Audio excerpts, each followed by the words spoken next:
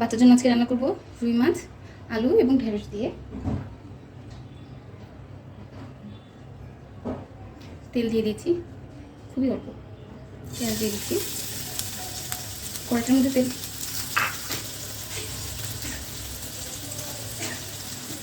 কড়াইটার মধ্যে তেল দিলে মনে হয় কি তেলটা একটু বেশি, কারণ একটু চড়া কড়াই তো কাঁচা কম, তাই মনে হচ্ছে তেল বেশি, কিন্তু আসলে তেল খুবই কম দিয়েছি। হালকা ভাজা ভাজা করে দেবো, বেশি না। লবণ দিয়ে দিব।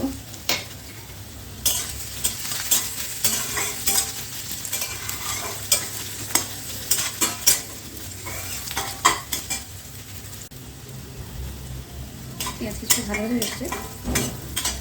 রসুন দিয়ে দেবো। রসুন আগেও বলেছি আমি, বাচ্চা রসুনটা আসলে সবসময় না, বেশিরভাগ সময় খেতে বলবি, এটা শর্টকাটের জন্য ইজি হয়, আবার তাজাও খাওয়ানো যায়। তাজাটা রসুন, তাজাটা কেটে দেখা যায় বাটা রসুনগুলো বেশি করে বাটতে হয়, প্রতিদিন ফ্রিজে রাখতে হয় বা ব্লেন্ডার করতে হয়, প্রতিদিন ফ্রিজে রাখতে হয়, ওখান থেকে বের করে দিতে হয়। তো খেতে বলতে হয় কি, দিনে 2-3 কোয়া রসুন প্রতিদিনই খেতে পারা যায়।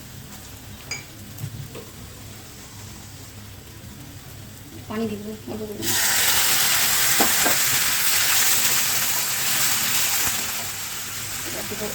মশলা দিয়ে দিচ্ছি। ধনিয়া গুঁড়া, ধনিয়া গুঁড়োটা অরিজিনাল ধনিয়া কিনে তারপর ধুয়ে শুকিয়ে গুঁড়োটা। লবণ পুরো কাটবি,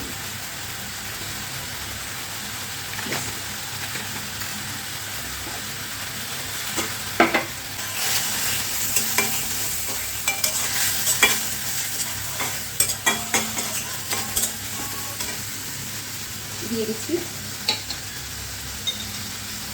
রোস্টেড জিরা।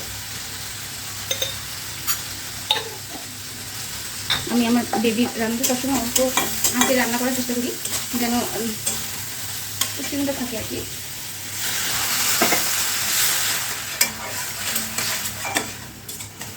চুলার আঁচ মিডিয়াম ফ্লেমে।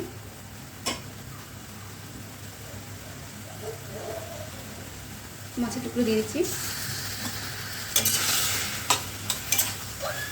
এখন এটা কিছুটা একটু ভুনা করবো, তারপর উঠিয়ে হালকা একটু পানি দিয়ে দিলাম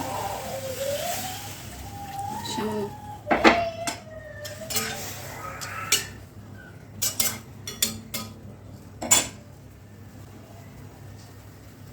ঢেকে দিব, অপেক্ষা করবো পানিটা শুকিয়ে আসার।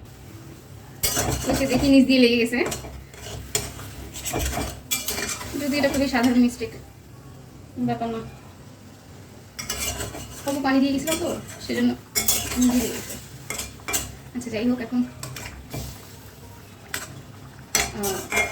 আলু দিয়ে দেবো এবং আলুটা সেদ্ধ হওয়ার পর পর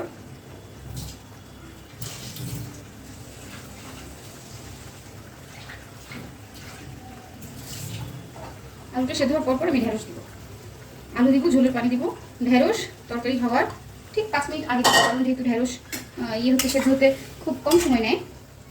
আর আলুর সাথে যদি অন্যান্য সবজির সাথে ঢেঁড়স দেওয়া হয়, ঢেঁড়সের যে আঠালো ভাবটা থাকে সেই ভাবটার জন্য দেখা যায় যে সবজিগুলো সেদ্ধ হয় না, ওর গায়ের সাথে লেগে যায়, সবজি সেদ্ধ হয় না। ঢেঁড়স ঠিকই সেদ্ধ হয়ে যায়, সবজি সেদ্ধ হয় না। এই জন্য ঢেঁড়সটা একদম হওয়ার 5 মিনিট আগে দেবেন, এমনিতে কম সময় হয়ে যায় ওটা। ঝোলে পানি দেবেন,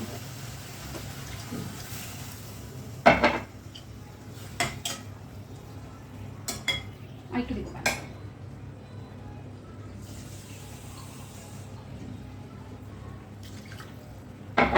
ঢেকে দেবো।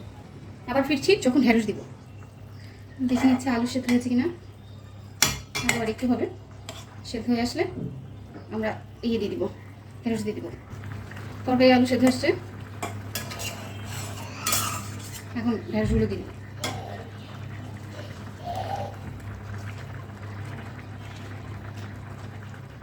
ঢেঁড়স হতে যদিও বেশি সময় লাগবে না, বড় জোর 5 মিনিট লাগবে।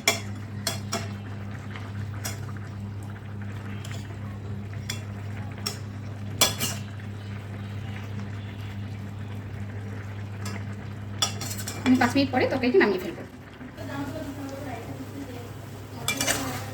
হয়ে আসছে, ঝোল লাগবে না অনেক, আমার ইয়ে হয়ে আসছে। দেখুন সে গলে যায়, আসলে গলে গেছে, তরকারি হয়ে গেছে। এখন আমি বাচ্চাকে খেতে দেবো।